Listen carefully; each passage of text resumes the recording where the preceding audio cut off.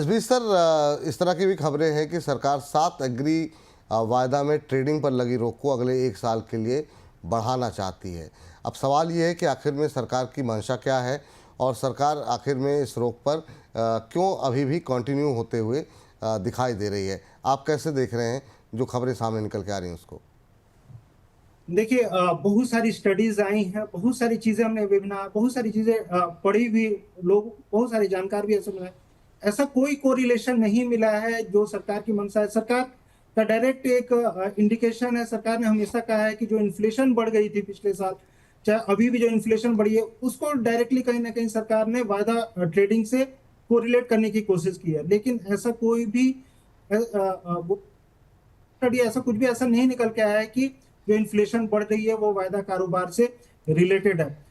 मेरे हिसाब से जो एक्सटेंड हो रहा है बैन, मुझे लगता है एक तरह से ये इंडिया वायदा कारोबार के लिए अच्छा नहीं रहेगा। इसका कारण क्या है कि जो विश्वास है, जो कॉन्फिडेंस है एग्रीकल्चर मार्केट पे फॉरेन इन्वेस्टर्स का, वो धीरे धीरे कम हो रहा है। और डेरिवेटिव मार्केट में धीरे धीरे आप देखेंगे एनसीडीएक्स हो, चाहे जो भी कमोडिटीज एक्सचेंज है, स्पेशली एग्री वाले, उन पे लगातार जो वॉल्यूम है वो कम होते जा रहा है। तो लोगों को एक हेजिंग के लिए जो प्लेटफॉर्म था, लोग के प्राइस को देख के अपना जो बेंचमार्क है उसको तय कर रहे हैं। अगर तेलों की ही बात करें तो लोग बीएमडी सीपीओ को देखते हैं, लोग सीबोट सोयाबीन को देखते हैं, सीबोट सोया ऑयल को देखते हैं। इंडिया में कुछ ऐसा प्लेटफॉर्म नहीं है कि जिससे अपने प्राइस को वो लोग देख के हेज कर सके, जब उस टाइप की हेजिंग अपॉर्चुनिटी मिल सके। तो मेरे हिसाब से एक तरह से अच्छा नहीं है, और जितना जल्दी हो सके वायदा कारोबार स्टार्ट करना चाहिए सरकार।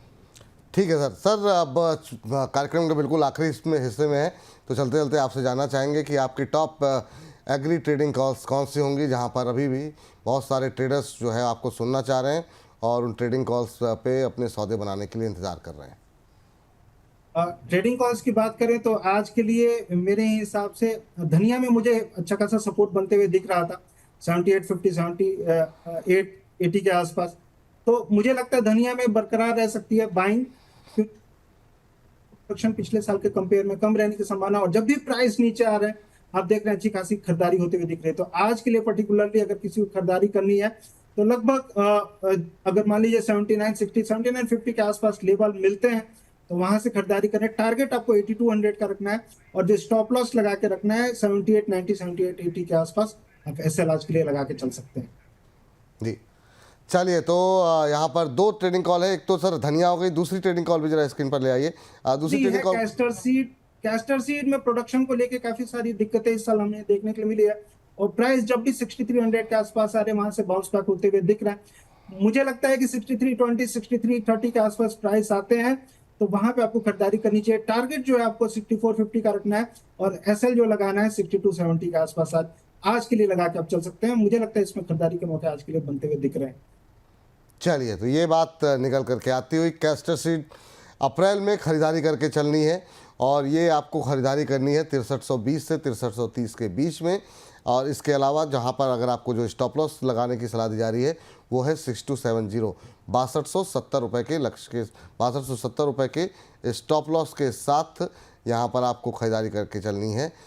इसके अलावा आपको धनिया में ख़रीदारी करके चलनी है। धनिया अप्रैल वायदा जो है फ्यूचर ख़रीद के चलें।